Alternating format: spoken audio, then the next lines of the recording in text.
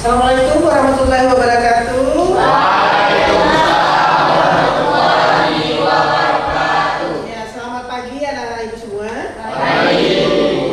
Alhamdulillah kita pagi ini kembali berkumpul di ruangan ini. Kita mulai pembelajaran kita. Tapi sebelum kita mulai belajar, kita mulai segala sesuatu yang baik dengan berdoa.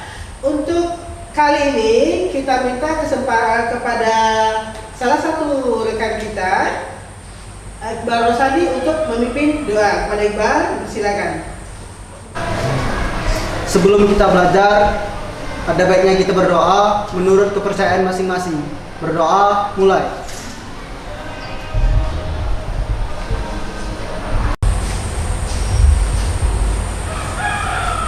Berdoa, selesai. Ya, alhamdulillah kita sudah selesai berdoa. Sebelum kita mulai melangkah ke pelajaran berikutnya, masih ingat dengan pelajaran yang kemarin? Kemarin kita belajar tentang Kemarin belajar tentang biografi. Belajar tentang biografi. Biografi terbagi menjadi dua, yaitu autobiografi dan biografi. Selain itu, ada lagi? Oke, ada Tentang cerita ulang, Bu. tentang cerita ulang. Berdasarkan fungsi dan tujuannya, cerita ulang itu dapat kita kategorikan sebagai teks narasi, Bu. Teks narasi. Ya, yaitu teks yang bertujuan untuk menceritakan suatu peristiwa senyata-nyatanya, sehingga para pendengar atau pembacanya itu dapat seolah-olah merasakan peristiwa itu. Iya, berarti biografi termasuk ke dalam jenis teks narasi. Selanjutnya, siapa lagi mesti ingat?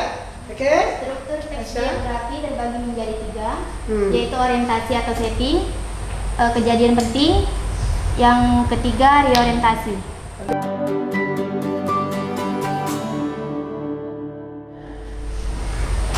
Nah, pelajaran kita hari ini tentang unsur pembangun Puisi. Ada yang tahu apa itu puisi? Oke, satu. Puisi merupakan karya sastra yang mengungkapkan perasaan. Puisi adalah karya sastra yang mengungkapkan perasaan. Ya, lain, Bang. Oke, silakan. Puisi adalah tulisan yang disusun sedemikian rupa menggunakan kata estatis dan di dalam terdapat makna multitafsir dan di dalamnya ada sebuah makna dan pesan atau pembentuk suasana hati semata. Pemaparan tadi termasuk dalam pengertian sejalan dari pengertian Kosasih tahun 2012 halaman 97 yang mana ia berpendapat bahwa puisi adalah karya sastra yang di dalamnya terdapat kata-kata indah dan di dalamnya kaya akan makna. Ya, puisi itu adalah susunan kata-kata atau karya sastra yang mengandung keindahan estetika dan kemudian juga ada kaidah-kaidah di dalamnya. Dan itu yang akan kita bahas pada hari ini. Kita adalah menganalisis unsur pembangun puisi. Kemudian indikator pencapaian kompetensinya mendefinisikan tentang unsur-unsur pembangun puisi. Kita hanya membahas tentang diksi, imaji, rima atau irama. Oke. Kemudian tujuan pembelajaran kita pada hari ini adalah melalui kegiatan pembelajaran ini diharapkan peserta didik nanti akan dapat mendefinisikan unsur pembangun puisi dari segi diksinya, dari segi imaji, rima dan irama, dengan rasa tanggung jawab, kemudian dengan rasa ingin tahu yang tinggi, disiplin, kreatif, kemudian bisa juga bersikap jujur, percaya diri serta pantang menyerah. Inilah saja pamflet masa darurat.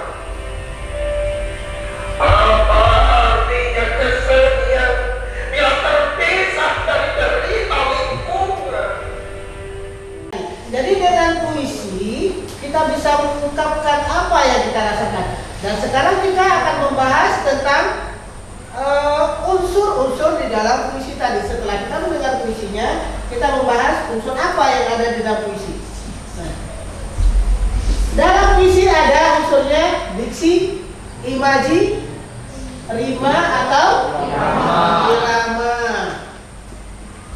Nah, pilihan kata atau diksi yang diambil berdasarkan pertimbangannya. Pertama, aspek makna yang mau disampaikan. Makna apa yang ingin disampaikan? Nah, kata-kata itu akan dipilih. Karena puisi tidak seperti kita mengungkapkan seperti biasa, gitu kan? Misalnya gini, kalau kita mengungkapkan saya tidak suka denganmu, itu biasa.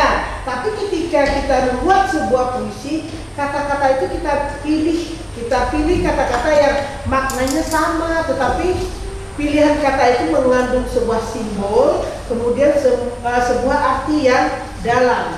Rangkai sebuah puisi. Andaikan malam ini aku jadi rembulan.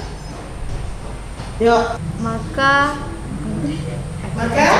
aku akan selalu menerangimu. Iya. Andaikan malam ini aku jadi rembulan, maka malam ini aku akan menerangimu. Nah, itu sudah ada di sana pilihan katanya, ada diksinya kan? Nah, ada pilihan katanya mewakili perasaan, kemudian ada keindahannya juga di sana. Itu dikatakan kita sudah bisa menyampaikan rasa di hati kita dalam bentuk sebuah puisi. Contoh, coba bacakan puisinya, Cia. Surat kepada Bunda tentang calon menantunya. Karya W.S. Rendra. Burung dara jantan yang nakal, yang sejak dulu kau piara, kini terbang dan telah menemui jodohnya. Ia telah meninggalkan kandang yang kau buatkan, dan tiada akan pulang buat selama-lamanya. Kemudian kalau di sini ada juga makna kias, makna konotatifnya ya. Burung dara jantan itu menggambarkan siapa itu? Apakah burung dara jantan yang asli atau yang lain? Makna kiasnya yang lain. Siapa?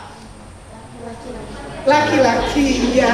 Burung dara jantan berarti itu menggambarkan seorang laki-laki. Burung dara jantan yang nakal berarti menggambarkan sosok laki-laki yang nakal dalam makna yang petik ya. Jadi kalau secara garis besarnya pola itu ada 4. Yang pertama, 5 sejajar berpola, 5 kembar berpola, 5 bertelur berpola, 5 bersilang berpola. di dalam Puisi. apa itu imaji? Bu, oke. Imaji yaitu pencitraan. Dipo Negoro, karya Khairil Anwar. Menyediakan api punah di atas menghamba, inasa di atas ditindak. Sungguh pun dalam ajal baru tercapai jika hidup harus merasai. Maju, seru, serang, terjang. Ada rimanya, seolah-olah kita juga merasakan kan? Terasa nggak perjuangan Diponegoro? Kira-kira secara imaji taktilnya, rasa apa yang kalian rasakan di situ? Semangat, iya, semangat dari Pangeran Diponegoro. Ini ada tugas, kalian masih di dalam kelompok kalian. Ada KPD yang akan ibu bagikan, tolong dikerjakan ya.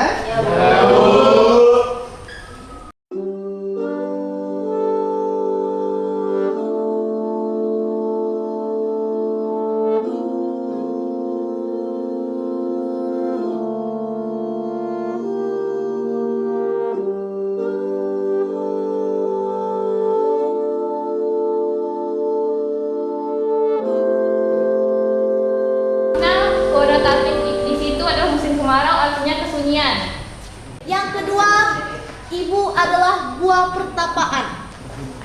Arti sebenarnya dari ibu adalah buah pertapaan, yaitu rahim ibu. Yang ketiga, bila kasihmu ibarat samudra sempit lautan teduh. Arti sebenarnya yaitu kasih ibu tiada terbatas dan selalu meneduhkan hati.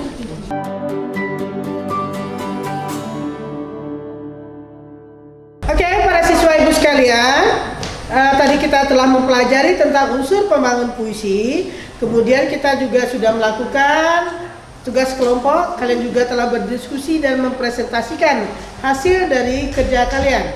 Sebelum kita tutup pelajaran kita pada hari ini, mari kita sama-sama menyimpulkan apa yang telah kita pelajari. Kita tadi belajar mengenai unsur pembangun puisi.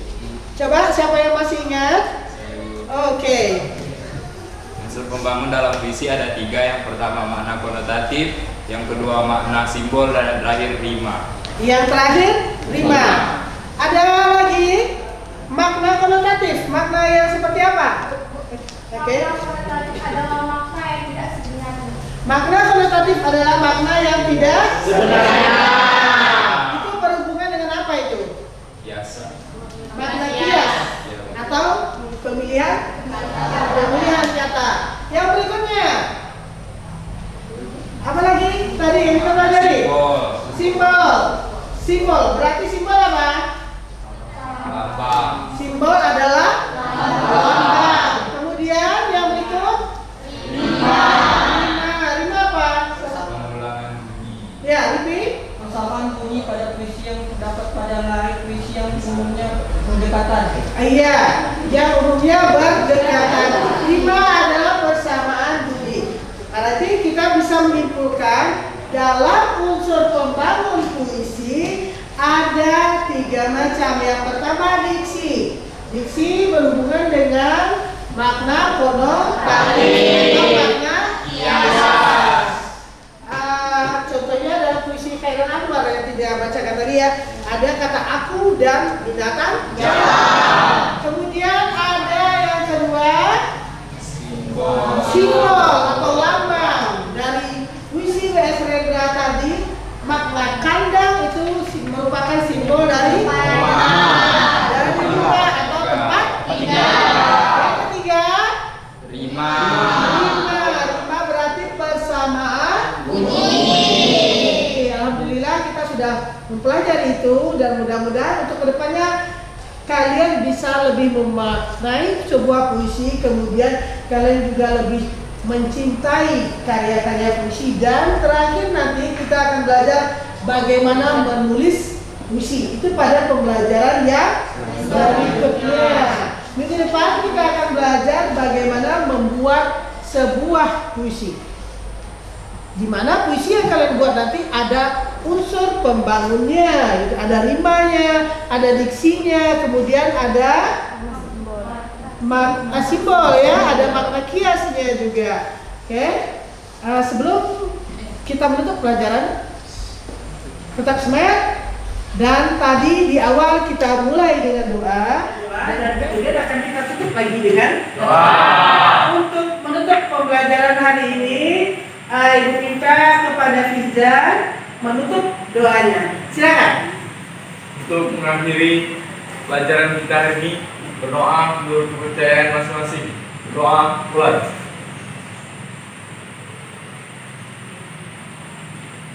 Doa selesai. Ya, alhamdulillah. Terima kasih. Mudah-mudahan apa yang kita pelajari bermanfaat untuk kita semua. Dan mudah-mudahan kalian setelah ini tetap diberi kesehatan dan tetap diberikan kemudahan dalam pembelajaran dan menuntut ilmu. Amin. Silakan untuk istirahat. Assalamualaikum warahmatullahi wabarakatuh. Waalaikumsalam warahmatullahi wabarakatuh.